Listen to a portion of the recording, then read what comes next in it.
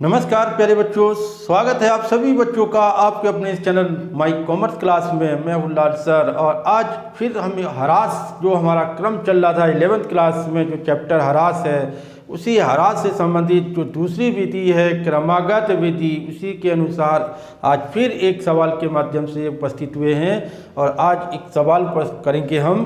तो आगे बढ़ने से पहले उन सभी छात्रों से मेरा अनुरोध है जो हमारे चैनल पर पहली बार आए हैं, जो पहली बार देख रहे हैं, वो हमारे चैनल को सब्सक्राइब करना ना भूलें, क्योंकि अकाउंटेंसी में आपको हर एक टॉपिक हमारे इस चैनल में मिलेगा और हर एक टॉपिक चैप्टर वाइज मिलेगा आपको। तो आगे बढ़ते हैं। तो हरास से संबंधित एक सवाल है। देखिए, एक मशीन 25,600 में खरीदी जाती, इसका जीवन काल 4 वर्ष अनुमानित है। तत्पश्चात इसका अपशिष्ट मूल्य का मतलब हो गया इतने वर्ष के बाद इसकी जो वैल्यू रह जाएगी, स्क्रैप वैल्यू जो रह जाएगी वो 8,100 है। तो 4 वर्ष के बाद 8,100 हो जाएगा। तो हरास की दर निर्धारित करते हुए क्रमागत विधि द्वारा 4 वर्षों के लिए मशीन खाता बनाइए। देखिए, यहाँ हरास की दर नहीं मालूम है। जैसे स्थायी विधि में और क्रमागत विधि में क्या अंतर है। स्थायी विधि में अगर स्क्रैप वैल्यू वाला अगर मेथड दिया होता, जैसे स्थायी विधि की बात करते हैं, स्थायी वाले में क्या होता, डैप निकालने के लिए हम क्या करते हैं, cost plus expense minus scrap value बटे लाइफ ईयर ऑफ मशीन। तो life year of machine cost plus expense minus scrap value बटे लाइफ ईयर ऑफ मशीन हो जाता। तो स्क्रैप वैल्यू के अनुसार अगर स्थायी विधि में करते तो जितना हरास निकल के आता उतना हरास हम हर साल घटाते, उसमें कोई परिवर्तन नहीं होता स्थायी विधि में। लेकिन क्रमागत विधि में जैसे कि आपको बताया है कि जो शेष आता जाएगा उसका हरास हमने निर्धारित करना है। लेकिन जो शेष आएगा उसका हरास निकालने के लिए हमें तो दर की कैलकुलेट भी चाहिए। दर किस दर से निकालें, वो दर क्या है, रेट क्या है, वो उस रेट को ही हमने जानना है पहले। तो जहाँ पर क्रमागत विधि में हमें रेट की आवश्यकता है, किस रेट से हरास निकाला जाएगा। तो स्थायी विधि में तो सीधे सीधे जो आया वही हर साल हमने घटाना है, उसमें फिक्स है हरास की दर। लेकिन यहाँ फिक्स नहीं है, क्रमागत विधि से है, इसलिए इसके लिए जो स्क्रैप वैल्यू वाला मेथड होगा और जो स्क्रैप वैल्यू के अनुसार अगर निकालेंगे तो उसके लिए जो सूत्र निकलेगा क्रमागत विधि में अगर हम निकालेंगे तो यहाँ क्या हो जाएगा, डैप बराबर 1 माइनस अंडर रूट स्क्रैप वैल्यू बटे कॉस्ट, यहाँ पर लाइफ ईयर ऑफ मशीन कर देंगे, जो लाइफ ईयर ऑफ मशीन है, और इंटू 100 इसलिए किया जाएगा क्योंकि हमें प्रतिशत बनाना है। कितना प्रतिशत होगा, तो 1 माइनस, देखिए लाइफ ईयर ऑफ मशीन की बात करते हैं तो लाइफ ईयर ऑफ मशीन कितना है, 4। स्क्रैप वैल्यू आएगा आपका 8,100 और कॉस्ट जो इसका दिया हुआ है 25,600 रुपया। क्लियर बच्चों, 25,600 की मशीन खरीदी, 4 वर्ष के बाद उसकी अपशिष्ट मूल्य स्क्रैप वैल्यू यानी कि इतना अनुमानित है 8,100। जीरो से हमने जीरो काट दिया, यहाँ आगे 100। अब 1 minus life year of machine में 4 का वर्ग है तो 4 के वर्ग के लिए 81 बटे 256। तो 81 को 4 का हम करेंगे 3 गुणे 3 गुणे 3 गुणे 3, 3 तिया 9, 9 तिया 27, तिया 81 हो गया। अब इसको हम निकालेंगे 4, तो 256 का जो हमारा निकलेगा 4 से डिवाइड करेंगे, वर्ग निकालेंगे तो 4 गुणे 4 गुणे 4 गुणे 4, आगे इंटू 100 रहेगा। तो 4 का वर्ग, 4 चौक 16, 16 चौके 64, 64 चौक 256 रुपये हो गया। और 3 तिया 9, 9 तिया 27, 27 तिया 81 हो गया। अब 4 का वो यहाँ 4 के वर्गांतर में दिया हुआ है तो हम वर्गांतर में इसको अगर हटा देते हैं, अगर इसको करेंगे तो 1 माइनस 4 का निकालने के बाद इसका 3/4 भी निकल जाएगा। कितना निकलेगा, 3/4। जैसे वर्ग जो निकालते हैं, जो इसका हम करना चाहें तो इसके लिए हम क्या कर सकते हैं, 81/256 वर्ग 1/4 भी कर 1/n किया जाएगा, यानी कि लाइफ ईयर ऑफ मशीन 1/4 करेंगे तो 4 का वर्ग निकालेंगे तो 3/4 का वर्ग 4 बार हो जाएगा। तो जहाँ पर हमारा क्या निकल के आया कि 4 से इसको हम भागा देंगे तो कितना आ जाएगा 1 माइनस 4 को करेंगे तो 0.75 गुणा 100, 1 में 75 घटाया तो 0.25 गुणा 100, तो यहाँ आ गया आपका 25%, यानी कि हर साल जो दर लगेगी 25% की दर से ह्रास लगेगा।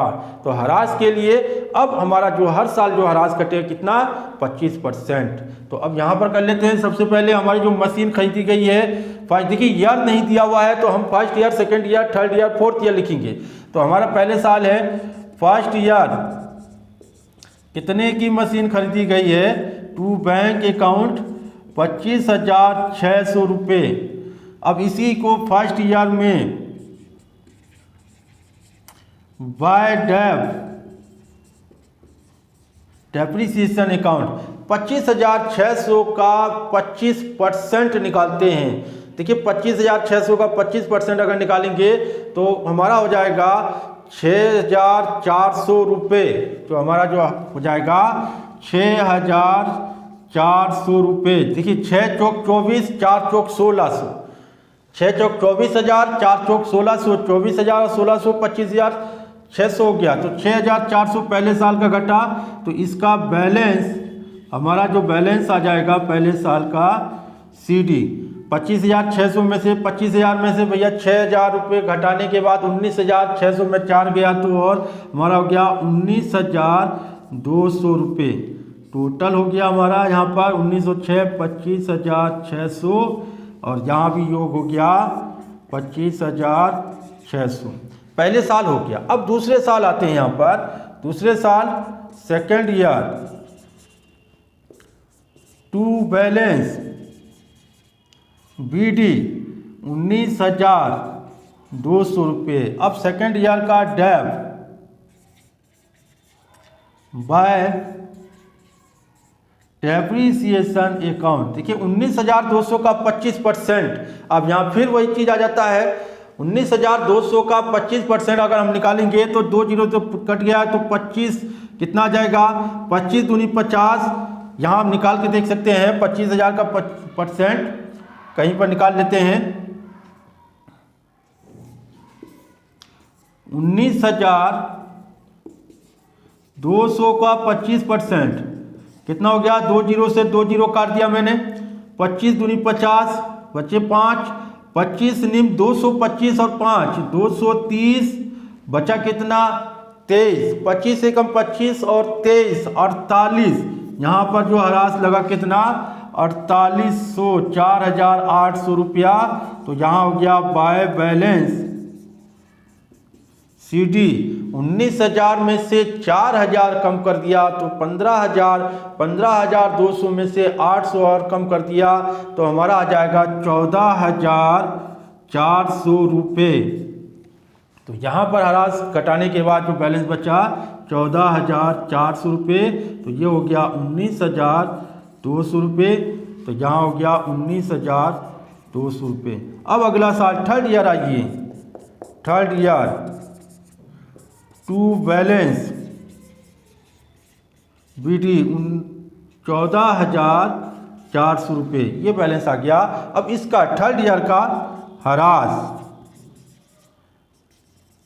बाय डेप्रिसिएशन अकाउंट, देखिए 14,400 का फिर 25% निकालते हैं तो 14,400 का 25%, 25 चौका 100, 25 चौका 100 110 और 25 से कम 25 और 11 3,600 रुपये। कितना आ जाएगा 3,600 रुपये आपका। इसका डैप आ जाएगा 3,600 रुपया। अब इसका बैलेंस CD भाई 14,000 में से 3,000 गया 11,000, 11,400 में से 600 रुपया कम कर देंगे तो हमारा हो जाएगा 10,800 रुपये। 10,800 रुपया इसका बैलेंस आ जाएगा। तो ये हो जाएगा आपका 14,400 14,400 रुपया। क्लियर है बच्चों? थर्ड ईयर हो गया, हमने फोर्थ ईयर तक जाना है। फोर्थ ईयर चौथे साल तक बोला है, तो फोर्थ ईयर यहाँ पर आएंगे।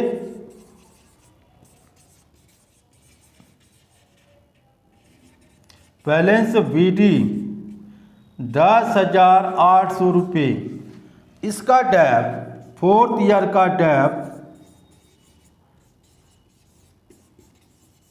बाय डेप्रीसिएशन अकाउंट कितना हो जाएगा बच्चों? देखिए 10,800 का 25%, 10,000 का 25% तो 2500 हो गया।